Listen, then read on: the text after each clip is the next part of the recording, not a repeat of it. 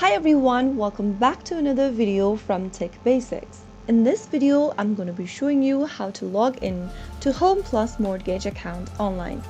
So without wasting much of our time, let's dive into the video.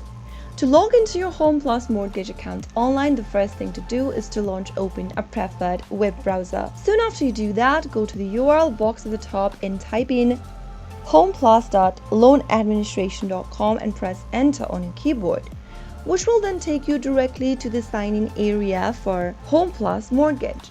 Now you will be able to see the sign-in portal for Homeplus's loan servicing. Go to the username tab and type in your correct username for your account. Enter your correct password on the next field and agree to the user term and privacy policy by checking on this little box. If you forgot on your username or your password, you can get help by clicking Forgot Username or Forgot Password respectively.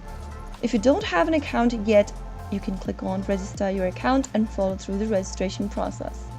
After filling in both of your credentials, you can click on Log In, and this will then log you into Homeplus's mortgage account online.